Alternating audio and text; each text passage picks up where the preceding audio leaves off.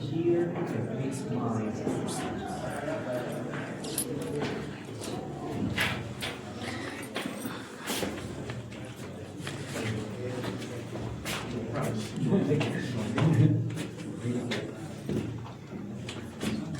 So just briefly, once again, just to remind you where we are in the preparation chamber.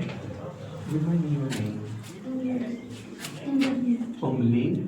So right where you're standing, there was a stone. એ પ્રભુ ઈસુ સજીવન થયા એ વાડી છે. અહીંયા પ્રભુ ઈસુને દફનાયા હતા. આ પથ્થરો અહીંયા જે મૂકેલો છે પથ્થરો એ પ્રભુ ઈસુની કબરની આગળ હતો અને એ દૂતોએ ખસેડ્યો અને મરિયમ અહીંયા આગળ પ્રભુ ઈસુને મળવા માટે બેઠી હતી અને કીધું મારા પ્રભુને ક્યાં રાખ્યા છે. આ જગ્યાએ મરિયમને પ્રભુએ દર્શન દીધા સજીવન થઈને.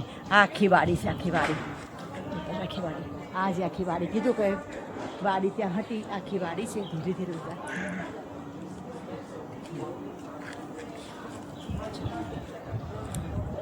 કરવાનું છે, આપણે આગળ જવાનું છે. હવે આપણે જે જગ્યાએ જઈ રહ્યા છે જ્યાં ઈસુને ખસી કહેવાયા હતા. બાઇબલમાં લખ્યું છે કે પ્રભુ ઈસુને ગામની બહાર ખુશી ચડાયા ખુશીના સ્થાને. તો આ ગામની બહારની સ્થાન છે અને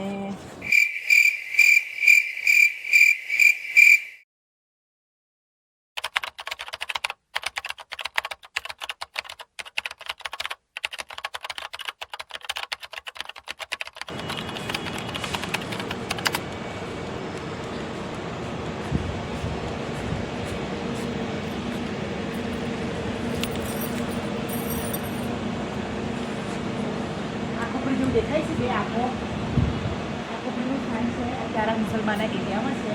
પ્રભુ ઈસુ અહીંયા બધું સંદેશ રહ્યા હતા અને ત્યાંથી પ્રભુને ઈસુને આ રસ્તેથી ત્યાં કબરમાં દાટ્યા. એટલે આ ખોપરીનું સ્થાન છે. ગુલકથ્થા જે કહે છે એ આ ગુલકથ્થા ખોપરીનું સ્થાન પણ અત્યારે મુસલમાનના એરિયામાં છે.